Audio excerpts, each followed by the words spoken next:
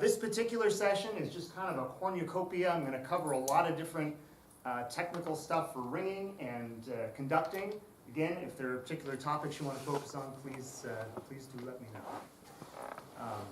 First of all, let's just talk about, and I was saying for later sessions I might reconfigure the room a little bit since we're kind of spread out here, but we'll make this work for now. So what is technique? We're talking about ringing technique and conducting technique. What's technique?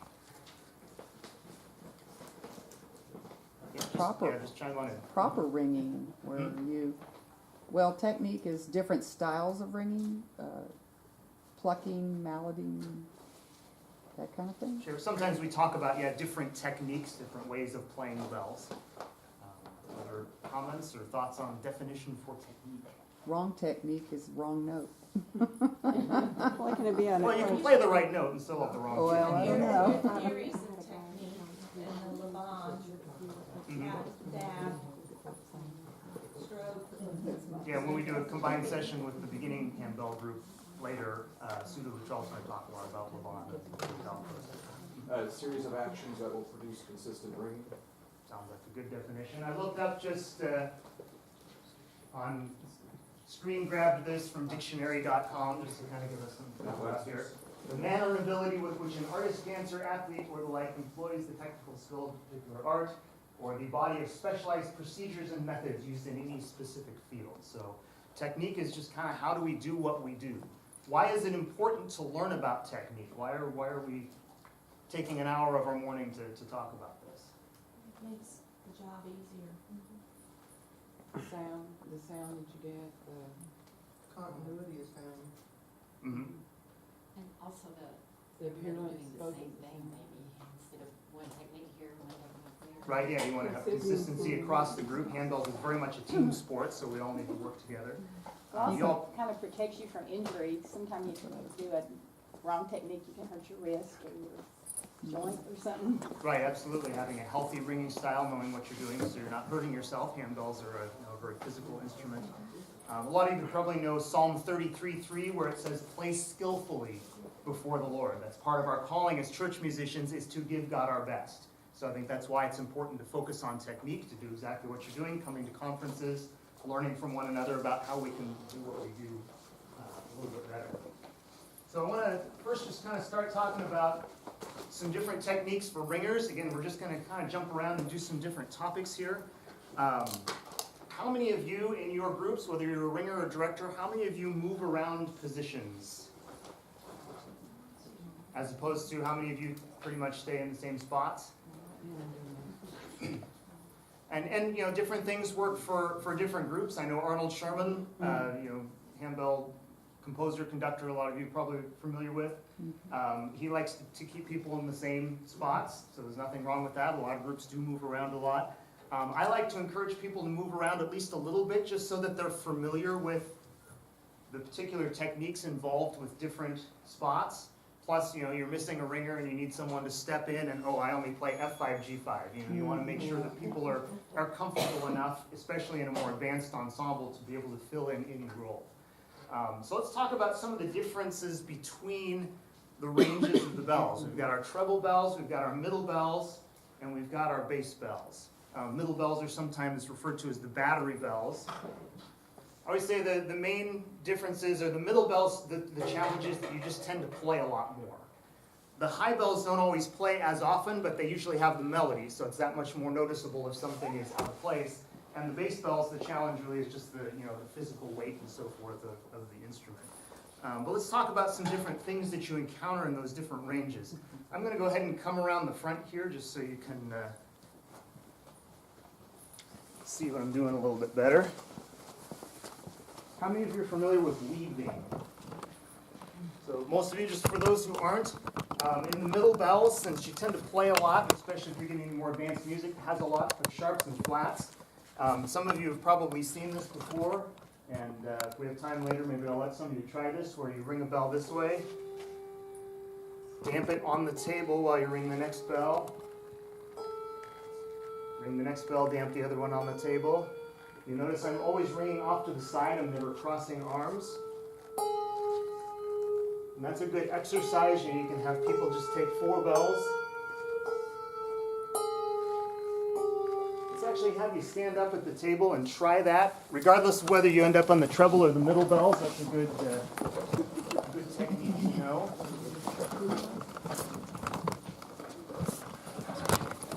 Any spot is fine for right now. Just pick 4 bells, doesn't matter which one. Let's try that. So you want to have 2 bells in your hand.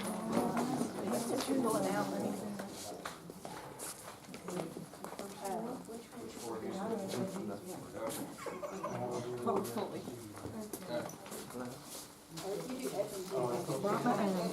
Yeah, we do have some gloves if you need. If I make a mistake. You need gloves. I brought mine too, but I'm gonna go. Well, I'm not gonna give you, well, yours, those are different, though, you've got a strap. Did you want to? No, these are mine. I went to church and picked mine up before I came. I've got mine too in my purse. Mine are white. Oh, I'm just curious, how many of your groups do wear gloves versus how many of you have groups that don't wear gloves?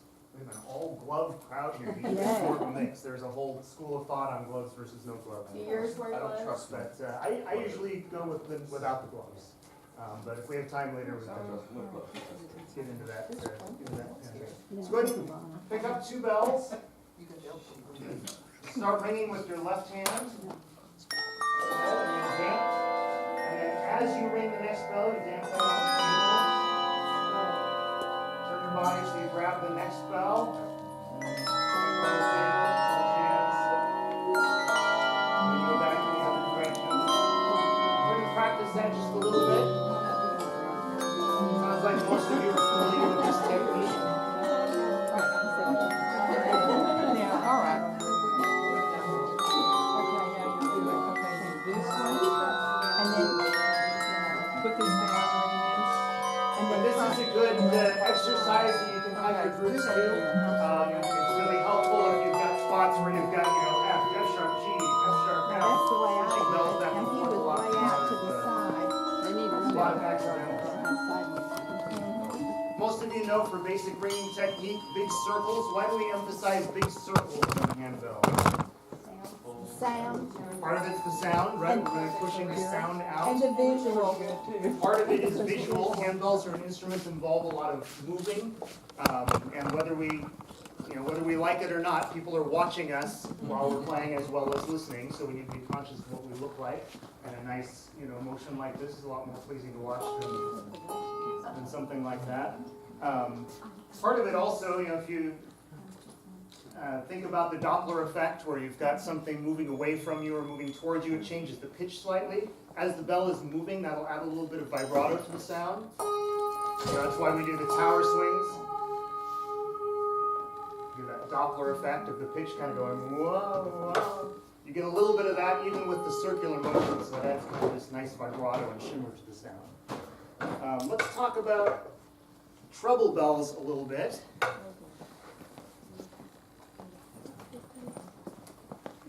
Actually, I'm going to start at the end. Let's talk about bass bells first. Bass bells is a big challenge.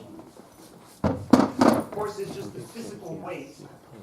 The other challenge is getting the volume out. Most of you have probably experienced that bass bells tend to get covered really easily in terms of their sound. A lot of you have probably seen this before too. Where does the sound come out of the bell? Comes out of the side, right? It looks a little bit like a trumpet or something. You think it's coming out this way. So you can demonstrate that really easily. Right, you'll hear how it's louder when it's upright. So with bass bells, you don't always do as much of a circle, partly because it's harder on your wrist anyway, but it's almost more of a punching motion, just to keep the bell more horizontal and really get the sound out that way. Plus, again, we talk about healthy ringing. It's important to make sure the bell is nicely balanced in your hand. You don't really want to let this happen because it puts a lot of strain on your wrist. Even when you're picking the bell up, I don't know if all of you will be able to see this, you can kind of use the padded table to help you, just to sort of roll the bell up that way, if you have time, depending on what's going on.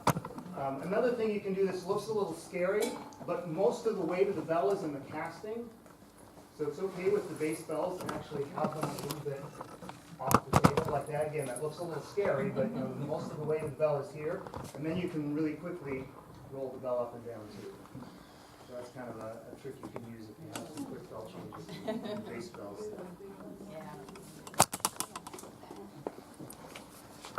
Other questions about bass bells? Let's look at treble bells. Again, treble bells they don't always play as often, especially when you get up to the top couple of positions. You know, you've got the B, C ringer sitting there and This is where I play right. have a few notes here. I would say the challenge of the top position is you're sometimes counting, you know, 3, 4, 5, 6 measures. But then when you come in, again, it's usually the melody. It's usually a really prominent part, so you got to make sure you're in exactly the right spot and really paying attention. But let's talk about 4-in-hand. How many of you are familiar with 4-in-hand, Shelley? Most of you are. A lot of different approaches. I'm going to come around this side here. My gloves on. A lot of different ways you can set up the bells in 4-in-hand. And it really depends on the specific piece and the specific part that you're playing. My kind of default that I like to go for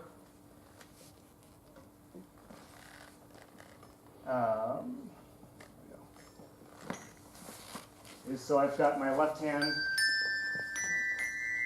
So just for those of you who aren't as familiar with 4-in-hand, there are a couple different ways you can do it. Basically, if this bell's on the table here, if I rotate this hand in and then take 3 fingers and pick up the bell, now I can play both of them together. If I've got the little bell cymbals facing in the same direction, if I rotate it so that the top bell, the handle is perpendicular, then I can ring one at a time. So I'm ringing right hand more or less in the or this bell more or less in the normal way, and then the other bell is a little bit like knocking on a door. Damping gets a little bit tricky when you're doing that, but fortunately the high bells damp out a little more quickly on their own, so the damping isn't always as critical. Some people like to have it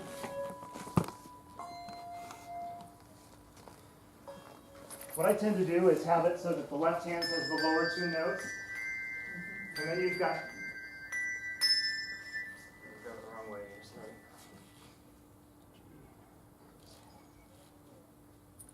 So that way, if you're ringing both of them the normal way, you've got thirds.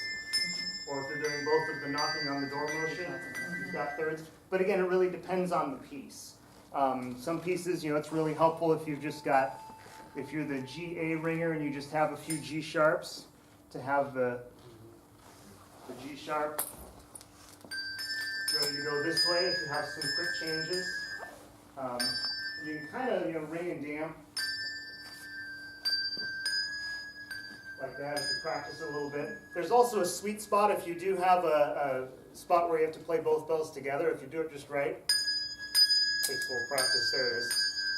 You can kind of get both of them going at the same time there. So that's what's usually called 4-in-hand. Shelley is where you're playing both bells at the same time. Supposedly it was named after a woman named Shelley. I don't know the whole story behind that. Maybe some of you do. But a lot of the time with the high bells, you're doubling up the octave if you've got a 4th or a 5th octave choir. So I've got the 2 G's ringing Shelley here, and the 2 A's ringing Shelley here. Again, depending on the piece, most of the time it'll just say, you know, high bells double right here, and you can just kind of grab and double both the G's together, both the A's together. Depending on the piece, sometimes it's helpful to actually 4-in-hand in the opposite hands. So now I'm ringing the G and the A here like this. And if I have to double up the A just once, I can just turn this hand and then go back to my normal G or A, or if I'm doubling the G. Does everyone see what I'm doing there? So the idea is there, just kind of experiment with what works for each individual piece. There are a lot of different approaches you can take there. There's also something, as you get down into the middle bells, I can usually 4-in-hand down to about, you know, F5, G5. Below that, it starts getting a little less comfortable. But one thing you can do at the lower range here is what's called locked 4-in-hand. Some of you might have seen this before, where you actually put the 2 bell handles together. And then you can four in hand much larger bells without being concerned that you're going to lose your grip and drop one of them.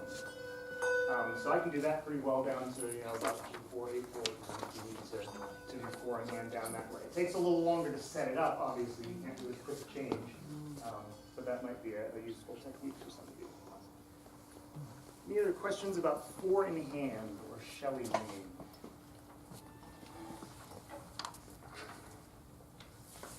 Let's talk about some specific techniques. Most of you know martellato, right? Hopefully you know martellato. It can be a little damaging to the bell, especially when you get down to the larger ones.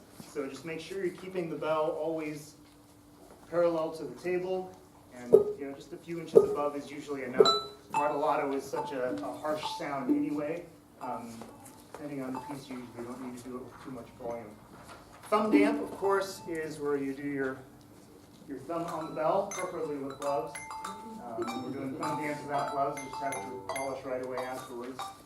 You can do thumb damps all the way down into the middle bell range, although at some point you sort of have to start putting two fingers on the bell like this, so you can have your lower fingers down here on the handle and get that sound. For the lower bells, you don't usually see thumb damps written down this low, but once in a while you do. You can actually do more of a hand damp and just kind of grab the casting. So yeah, you can do that all the way down to around the E4, F4 position. Plucks. So yeah, martellato is usually not considered safe below about C4. So most pieces will indicate, below there to use a pluck or a mallet or some other technique. There's a couple different ways you can do plucks with the larger bells. It often works just to grab the clapper. And depending on the sound that you want, this is a decision you make as a director. I can do it just with the bell resting on the table, and it has a little more resonance. If I want a sharper sound, I can actually push the bell into the table a little bit, and it gets a quicker. It sounds subtle with just one bell, but if you've got the whole group doing something like that, you hear there's a little more ring that way, and a little less ring that way. So depending on exactly what kind of a sound you're going for, you got a couple different options there. For the higher bells, you don't see plucks written up here as often, but another option up here is just to put your fingers on the bell, like this, with it on the table. Some of you have probably seen that before. It's one way to do the pluck. Sometimes it's a little harder to actually grab the clapper inside.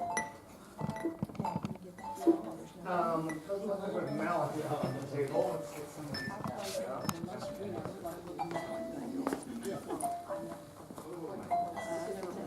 Mallet technique, you could do a whole class on mallet technique. Oh yeah, you want to start yeah, obviously a lot of things you can do with mallets. I said that I've seen whole classes on mallet technique, but just a couple of basics. You always want to make sure you're hitting the mallet right at about the same spot that the clapper hits, because the bell is designed for that to have the best sound. It's almost more like you're trying to draw the sound out of the bell as opposed to forcing the mallet into the bell. It won't be as nice as a sound. Make sure you're getting a good bounce. And most of you, again, this is largely a visual thing, but also a musical thing. Wherever possible, I don't know if you've seen groups I work with when we're working on a spot with mallets. So often I just see the person going like this, which might be a similar sound, but from the audience's point of view, it's a lot nicer to look at if you're doing this. Or I'm using two mallets, as opposed to just like that. Sometimes you're malleting two bells at once, you don't really have the option, but wherever you have the option, it's nice to be able to alternate using two mallets at once. Other questions on mallets? And again, if you want to, I'm kind of quickly going through this because I imagine a lot of this is review for some of you. Let's talk about some other types of techniques. I grab one of the singing bell sticks here. How many of you have used singing bell before? Most of you know about that. This is a little bit of a thicker singing bell stick than I usually use. I've just made my own singing bell sticks. You can buy them from some different companies, but you can also just go buy a 50-cent wooden dowel at Home Depot and chop it up into some good lengths. One thing I've found that someone told me about is you can actually dip the end of the stick into the type of plastic coating that you can buy to coat tools with. So, you know, just go to Home Depot and say, hey, where did you get the plastic coating that you use to coat like the handles of, you know, pliers and things? And they pointed me in the right direction. You just dip this in here and let it dry, and it gives a nice sort of plasticky coating on there. Especially for the bass bells, that plastic coating is really helpful. I do. I need to have. Most of the time, it's a lot easier to start the singing bell from a little bit of a sound, so I'll usually have the ringers kind of do a slight tap,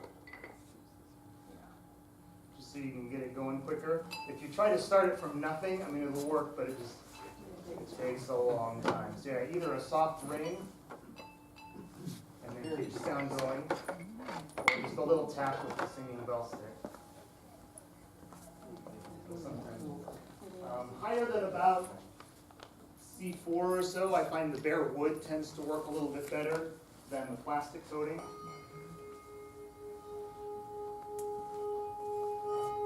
And again, certain techniques tend towards certain ends of the handbell range. You don't see it as much for the higher bells, although it can be done. And it's kind of a nice sound too there to add those higher overtones to your chord. Would you do like a B6?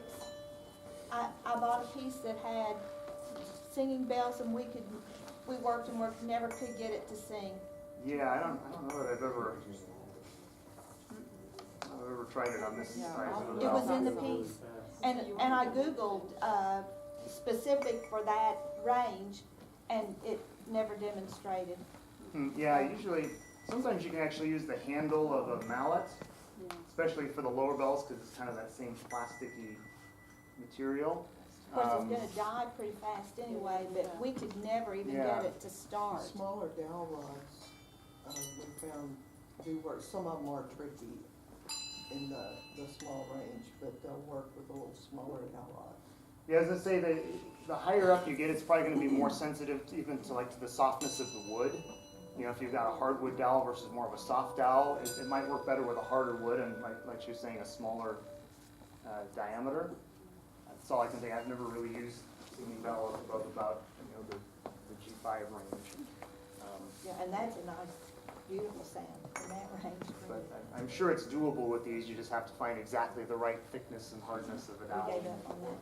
For those who haven't done singing bells, though, you have to be careful. You can't just keep going real fast. You have to slow down once, or you're going to have your make that noise. Yeah, it takes a little bit of practice. You know, once you get the sound going, you kind of have to go quickly to get it built up. But then, yeah, it does not take nearly as much to keep the sound going. And if you try to go too fast, it'll vibrate against the stick like that. And it's hard to make that circle. And it kind of makes this ugly, You hit it over and over. vibrating noise there. So you don't want that. So it takes a little practice to get exactly the right pressure, the right inward pressure, and the right speed. Some people find it easier to do it this way. I always find vertically is easier, but this might be, depending on the size of the bell and so forth, that might be easier. Frustrated for those. Most of you know about the echo technique, which is where you touch the bell to the table. Another variation on that that I've seen a couple of groups do. It's kind of fun. I'm just opening and closing my mouth right next to it. You can hear the variation on the sound. Most techniques have literally just come from groups messing around. Supposedly that's where Martellatos came from. A lot of these different things like, hey, this is a cool sound. So who knows? Maybe some of you will invent some sort of a new technique. And how do you note that on the? How do you note that? So there you go. So that might be an interesting And you're making vibrato no sound. sound with your mouth. I'm just going. Opening and closing. Yeah, go ahead and try it. Again, it only works in sort of a narrow range of about right around here. So kind of a different. Cuando estás estás dando así como para, es como un show, Who knows?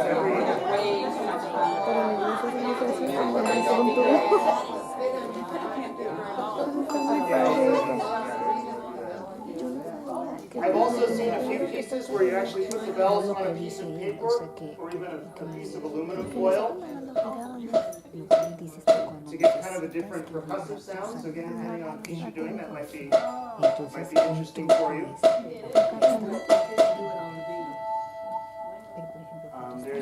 Tim Law has a piece where you actually do put it on aluminum foil and it makes kind of that different sound there. Yeah. I've seen that one too. You pay $1 to the charge. Exactly. Hitting bells together is not an authorized. I'm betting Walmart loves you. Does anybody, I should have asked for a bucket of water, but I didn't want to do this with some other group's bells. Any of you ever seen the dip the bell in the bucket of water technique? Try it on your own sometime. You put in a bucket of water, you ring the bell, and as you put it in, the pitch actually goes down. It goes, bow. I've heard groups use that on Joshua Fit the Battle of Jericho, and the walls came a-tumbling down. It's a really cool sound. So yeah, you can experiment with that How on do you your own. stick the bell in? Just from the edge, like this into the water? Yeah, just kind of like the first half. First half here. Yeah, when I've seen groups do this in concert, they just have like a little bucket of water sitting next to whoever's doing it, and then they kind of do it in the, yeah, not to do it in your baptismal font. Probably not ideal. Any other questions on specific techniques? Just things you've wondered about, how do you do this, or are there alternate ways of doing that? I was gonna say the one thing too about with the bass bills and everything and the treble is time-wise, you have to anticipate more, a little bit quicker with the bass bills otherwise you're not gonna be right on the same beat. Yeah, exactly. It's just, again, with the bass bells, with them being physically bigger, you do have to work to be on the front edge of the beat a little bit, just because it takes that extra split second for the clapper to physically make it to the casting. So it is a really good point about the bass bells. Otherwise, they tend to drag a little bit off the beat. Other questions on techniques? Let's move on. Go ahead and have a seat again. Let's talk about conducting techniques. This is something that some of you are interested in. Well, could I ask you a question? I think on your paper it said practicing bells at home. What does that mean? Yeah, that was kind of one of those where if we had time. Oh, okay. I just was wondering. But yeah, so often we think, well, we don't have handbells at home, so how in the world do we practice? I've seen all sorts of creative things with people using, ketchup bottles, or people talk about using wooden spoons. A lot of handbells is muscle memory. Just kind of getting used to right hand, etc. So even if you're doing that without actual bells in your hand, even if you're just air belling, whenever possible, I encourage you take your music home, take a look at your part, look at some tricky spots, tap out some tricky rhythms. Even doing that without bells is really helpful. So that's the short version of practicing handbells at home. I've taught a whole class on just that specific topic in the past. But yes, it is something that's possible. Yeah, let's talk a little bit about conducting. Again, some of this will be review for some of you, but might be new for others of you. The conductor's role. Here's a little cartoon that some of you have probably seen before. It says, wave to stick around until the music stops, then turn around and bow. That's all there is to say about the conductor's role. Not really. So when we talk about what the role of the conductor is, I always like to ask, what are some other ways that we use the word conductor in our everyday language? We use conductor to talk about someone directing a musical ensemble. What are other ways that we use the word conductor? A train, right? Some conductor of a train, someone who's taking the train, getting it to where it needs to be, so that's part of the conductor's role. Electricity. Someone said electricity. I love that analogy that, conductor is something that causes electricity to flow from one place to another. And that's part of the conductor's role too, is we're taking the energy of the music that's just in these notes on the page, and we're making it flow through the musicians and out to the audience. That's part of the conductor's role. We also talk about a conductor being like a tour guide, someone conducting a tour. Someone is showing someone the sights and taking them on a journey. That's part of our job, is to take people on a musical journey. So that's part of the conductor's job. How many of you conduct with a baton? Those of you who are conductors without a baton? There's kind of a tradition to some extent where choral conductors often don't use a baton and instrumental conductors often do use a baton. So depending on what your background is, that might be a decision you make there. But it really is very much a personal decision. There are great conductors, both choral and instrumental, that use batons. Even some of the reading sessions yesterday saw choral conductors using batons. Just to talk a little bit about batons, there are a lot of different kinds. The best kind of baton should have a balance point. You've got the handle coming right before here. It should balance right about there, so that when you're holding it in your hand, it should feel pretty much weightless. I've seen some batons in stores where the balance point is way off, so that may be something you want to check. And then you just kind of wrap your fingers around it, and just sort of becomes an extension of your arm there. As far as the baton length, usually the rule of thumb is that you want to have the baton go from about the middle of your palm to your elbow. So they make batons in different lengths. So you want to make sure it's not, out of proportion too much.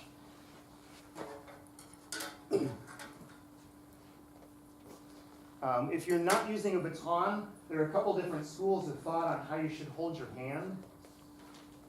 Some people like to do it this way because it puts a little bit less strain on your wrist,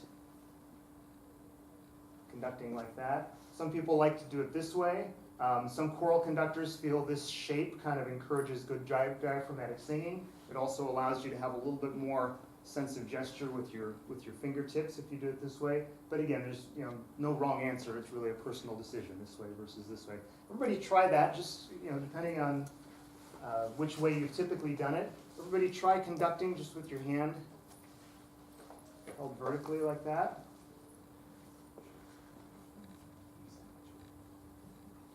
And then try it horizontal.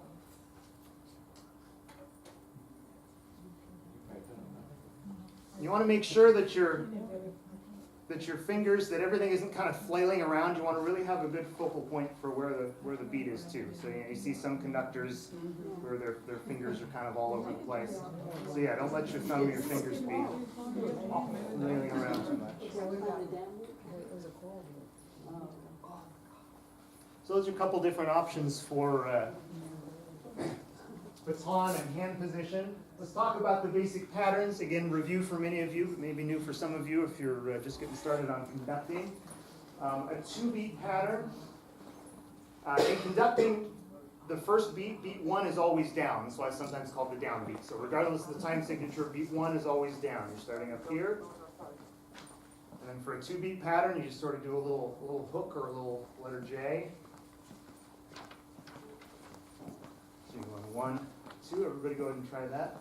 2, 1, 2, 1, 2. For the 3-beat pattern, you go down, off to the side, and then back up. 1, 2, 3.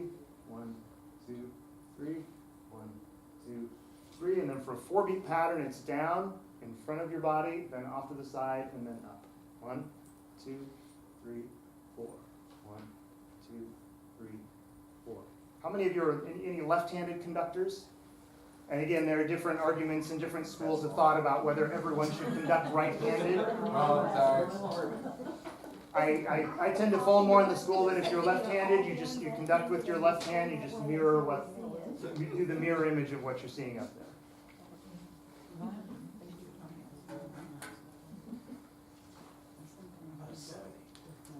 When you're conducting, you want to make sure you have a little bit of a pulse where every beat is, so it's as clear as possible for the group to follow. Anyone know what that little spot is called? The ictus. Good, some of you have heard that before. I was teaching my high school students about that, and shortly afterwards, one of them went to a choral festival, and the clinician at the festival was talking about this and said, there's a name for for, you know, this little spot where my hand indicates where the beats are. And I'm sure that none of you know that name. In fact, I will pay you $10 if you know that name.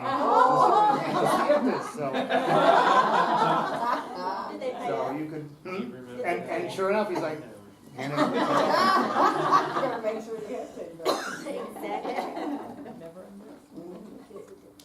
There is a school of thought to, in fact, when I first studied conducting, there was a teacher who practiced what's sometimes called focal point conducting, which the idea there is that the ictus should always be in the same place, just in case some of you have ever seen conductors do that, or maybe some of you have been trained that way.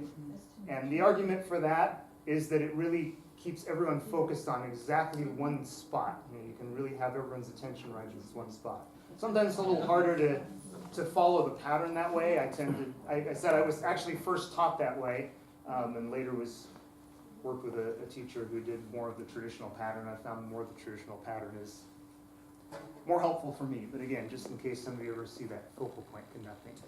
Maybe a spot where it gets mushy.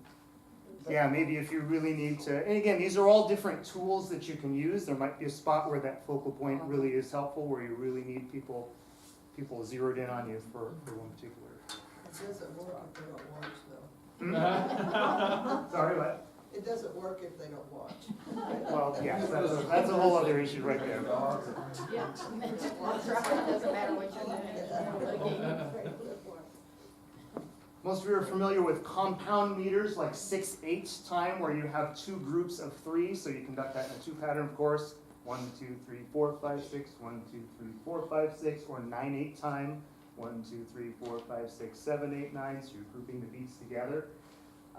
If you end up with a time signature like 7/8, usually you group those into groups of 2s and 3s, so depending on the piece, it might be 1, 2, 3, 4, 5, 6, 7, 1, 2, 3, 4, 5, 6, 7. So you notice I'm doing a 3 pattern,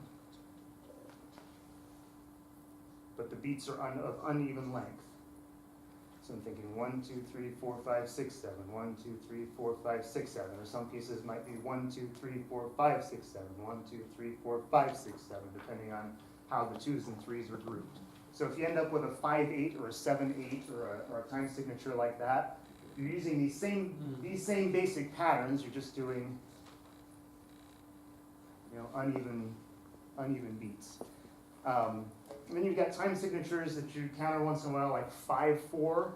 5/4 can be thought of as a group of 2 or 3. You could either do a 1, 2, 3, 4, 5, 1, 2, 3, 4, 5. One of my conducting teachers used what he called the Christmas tree, where you go 1, 2, 3, 4, 5. See the pattern that makes? 4, 5, kind of like a drawing of a Christmas tree. You can also use a 2 pattern, go 1, 2, 3, 4, 5. One where I'm just doing 2 little pulses. Sometimes it's helpful if you have a piece that's really slow and there's a really strong 8th note pulse to do those 2 pulses, 2 and 3 and 4, and doing 2 little pulses at each ictus. Everybody try that. So subdividing the beat, 3 and 4 and 1 and 2 and 3 and 4 and 1 and 2 and 3 and 4 and 1 and 2. Good. So again, those are some different tools, just kind of quickly going through these. Any questions on conducting patterns or anything you've encountered that... Sometimes you'll have a piece that's written in 4/4, but maybe it has a feel of 1 and 2 and 3 and 4 and 1 and 2 and 3 and 4 and 1 and 2 and 3. You can either conduct that as 1 and 2 and 3 and 4, 1 and 2 and 3 and 4. Sometimes, if you've ever taken a class with William Payne, who's the big conductor in the handbell world, he talks about doing a little click before an emphasized note. So 1, 2 and 3, 4, 1, 2 and 3, 4. If you have an accent on the end of 2 there, 1 and 2 and 3. So I'm doing a little pulse right before 2 and 3, 4, 1, 2 and 3, 4. Or sometimes it's helpful just to conduct it as though it's a measure of 8/8. 1, 2, 3, 4, 5, 6, 7, 8. 1, 2, 3, 4, 5, 6, 7, 8. Again, just whatever the music seems to call for. What would you recommend for a piece where, say, the treble is in triple and the bass is in duple? Other than pick a new piece. I actually, I was at a festival where the conductor actually conducted 2 with one hand and 3 with one hand. I personally, it's impressive, but I personally found it kind of confusing. So a lot of times I'll just pick whichever seems like it's the more dominant Okay. pulse there. If it's 3 against 2, then you conduct the 2. Or if it's duplets written against 3, then I'll conduct the 3. And just again, it depends on the specific piece. So other questions on patterns? Let's talk about hand independence. Again, if you're right-handed, what do you do with your left hand? If you're left-handed, what do you do with your right hand? Unfortunately, a lot of conductors get in the habit of doing this, just mirror conducting, which for certain situations can be useful, but it doesn't really give any new information to the group. So a lot of other things you can do with your left hand to indicate crescendos, decrescendos, things like that. It's really helpful for cues. If that B6, C7 ringer hasn't played in 18 measures and you want to just give them a little confidence that they're in the right spot, and just sort of like inviting them to join. Or same thing, if the bass hasn't played in a while, you can kind of give them a little indication of when they come in. Obviously doing this, it takes a little bit of practice. We're so used to a lot of what we do in our life, we're using our hands together, sort of doing the same thing. So in conducting classes I've taken, we spend a lot of time on hand independence. Here's kind of a fun little exercise. Some of you might have seen this before. So we would do these things where we'd be making a square with one hand and a circle with the other hand simultaneously. All of you, so there's an L shape here for your right hand and a triangle for your left hand. So watch what I'm going to do. I'm going to start at the top. I'm going to snap at each vertex here. So I'm snapping at the top, down, out, and now my left hand is going up. See what I'm doing? So my right hand is doing the L shape like this, which is a 4-beat pattern. And my left hand is doing a 3-beat pattern. So when you do it together, go and try that. Let's try that really slowly. So right at the top, snap, and then down, and then out, and this is where it gets interesting.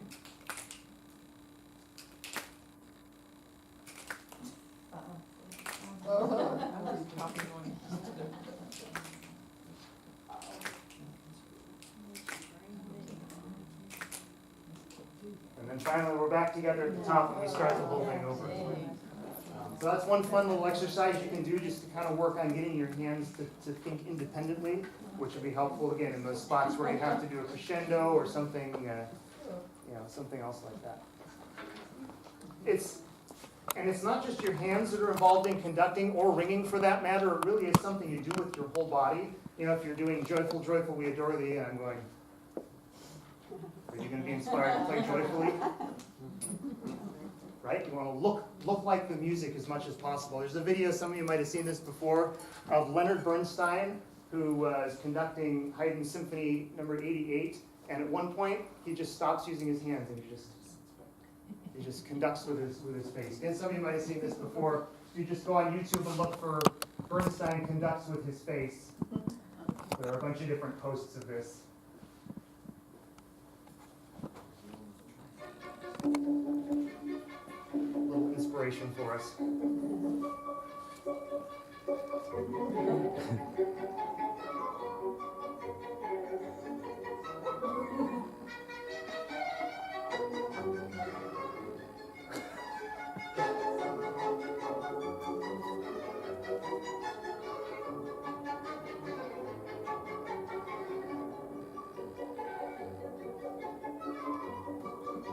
You notice how the group is responding to those little gestures that he's making.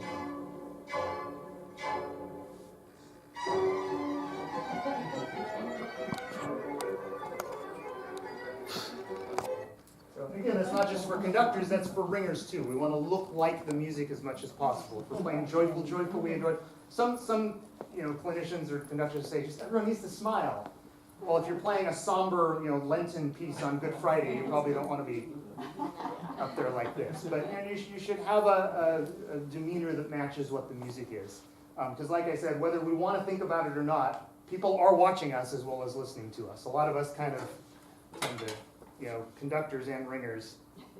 Like, I'm pretending like nobody's watching me, but they really are, so I might as well, give them something engaging to watch. Just in our last few minutes, let's talk a little bit about conductor and ringer dynamics between the conductor and the ringer, and ringers and the congregation or audience. Someone said, earlier, the conductor could be doing all these amazing things, but if the ringers are like this, it's not going to be that helpful.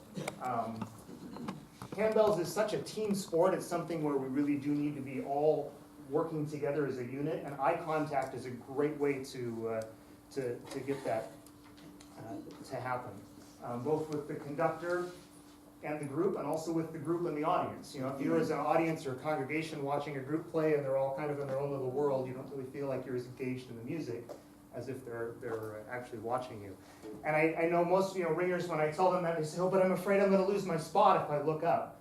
And it's just like anything else. The more that you do it, the better that you get at it. It took me a long time to get to that point too, where I could be looking a couple measures ahead, look up, and then I just sort of get used to looking back down. My goal as a conductor or a performer is always, if I'm playing from sheet music, to be looking up at least 50% of the time. So that's kind of what I aim for. Preparedness is part of that. If you haven't rehearsed enough on a piece and you're feeling nervous, it's a lot easier to kind of get into this panicked. One of my students called it the focus space. You see so many groups. That's how they play. We'll talk about this more later today in the musicality class, but music goes. Rima Greer, who directed a group called Campanile, talked about how music goes through 3 stages. There's the what, and the how, and the why. The what are just the basic questions like, what are we playing? What position am I playing? The how is, how do I actually, make these bell changes, and how do I actually play these rhythms? And then there's the why, which is, why are we spending all the time learning this piece in the first place? What are we trying to communicate with the piece? What kind of experience do we want people to have listening to the piece? So ideally, as directors, choosing the right repertoire is an important part of that we're not picking stuff that's too hard for the group. It's better to play a simple piece and get to the why than to play a really, really complicated piece that just barely gets to the how. And if we can get to that point, that's where people start feeling a little more comfortable looking at each other, looking at the director, looking at the audience. We talked a little bit about movement. You want to have movement that enhances the music, circular motions. Also uniformity of movement. I've also seen, some groups playing where there are a few ringers that are doing this, and then there are a few ringers going, and it's very distracting that they don't match. So that's something we can work on with our groups as directors. How many of you have ever done a video of your group and then watched it back? Some of you have done that. I do that almost all the time on a concert or a worship service where I'll set up a video camera in the back and evaluate as a group. It's just, it's amazing. People look and say, "Oh my gosh, I didn't look up once during the whole piece." Or, is when we're talking about kind of making that connection with each other, that's a really great way to self-evaluate. It's also really helpful if whether it's a worship service or a concert, to kind of play before a test audience. I know some community groups that actually do an open dress rehearsal where they invite some other directors and that to come in and sort of be their test audience and to make some notes about, hey, here's some things you can do to improve before the final performance. It's also helpful for the ensemble if they've played. Even I had a piano teacher in college who said, if you've got a concert coming up, play your pieces for the family dog, if that's the best audience you can come up with. But just the idea that I have played this in front of people, even if it was just a couple of people, before you go and play it before the entire congregation, that can help put people at ease too. We are out of time. Are there any last minute questions on anything? Again, we kind of covered it. Some of the topics we covered today could have been a class in themselves. So I know we've jumped through a lot of different topics, but hopefully each of you got at least 1 or 2 useful tools that you can use. And hopefully see some of you at the other handbell classes later today. Thank you all.